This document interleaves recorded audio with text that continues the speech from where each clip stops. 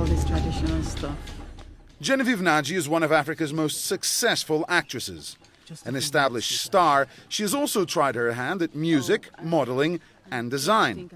A woman of many talents who is much in demand. You have been referred to as the African Julia Roberts. When you hear that, what do you feel? Yes. Thanks Julia to Oprah. Roberts is an icon. Oprah. Thanks to Oprah, it's very, very flattering. I mean, not just because I'm compared to her, but because of who compared me to her. So, you know, it's an honor, to be honest. But I think it's probably the vein we have on the forehead. I think that's what we have. I think it's a little bit more than that. When the camera rolls, you think people are expecting me to deliver. I have to be at the top of my game. You have to be at the top of your game no matter what. Because I mean, even though that's not what I wake up in the morning thinking, but I just know I have to always be the best that I can be. I have to challenge myself. I have to impress myself. I'm my biggest critic, to be honest. I am. So if I am not happy about a job, then I believe usually that most people won't be. So, yeah, I always, simple. I just have to be happy with what I do, and I have to impress myself. And I just believe that people who believe and who follow me, my followers, my fans, whatever I choose to do, would agree. You can't please everybody, but you can do what you do. And I've had a followership, you know, over the years, and there's a reason they followed me. So I must be doing something right, so I'll just keep doing it. Earlier you told me that you must be careful what you wish for, but if I was going to ask you now for what you wish for your future, where do you see yourself? Seeing myself is a completely different story. Where I want to see myself is another story. I want to be further challenged in my career. I don't think I have reached my peak necessarily. So I hope for other opportunities, greater opportunities to express myself, mostly because there is still something inside of me that, you know, I just feel I haven't let out, and that is really trying to come out. I'm trying to, you know, burst loose. So I'm hoping for that opportunity. It doesn't have to be, I mean, it can be anywhere in Nollywood. I just want that story, you know, that story that challenges me even further. There's always been Hollywood, then there was Bollywood, now there's Nollywood in Nigeria. Tell us about it.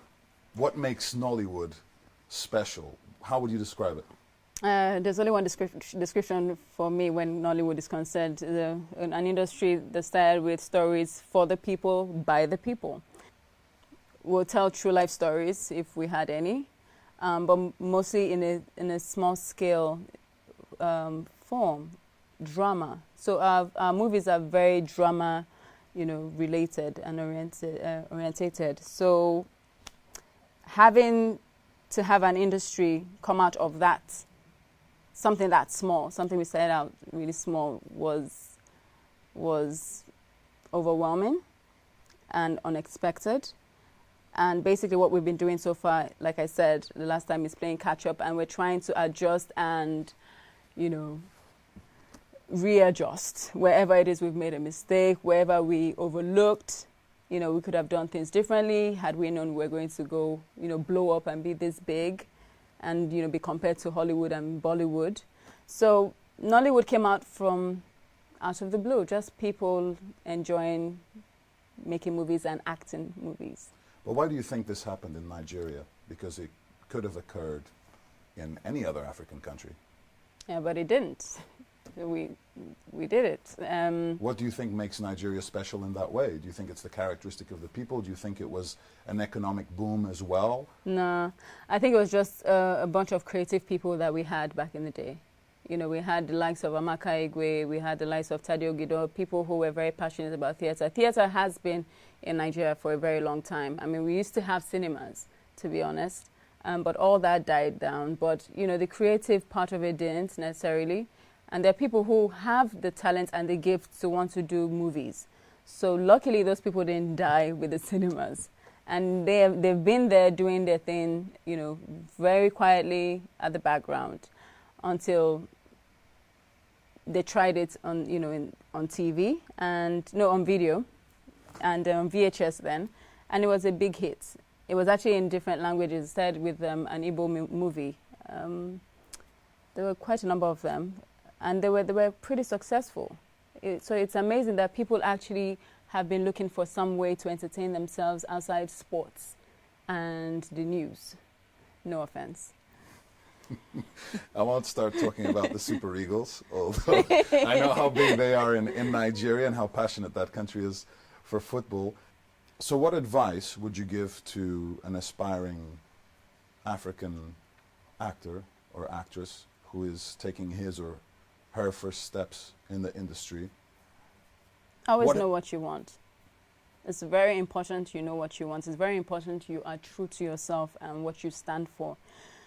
Don't come in because you admire the lifestyle of celebrities, because trust me, it's not all, golden as you see it.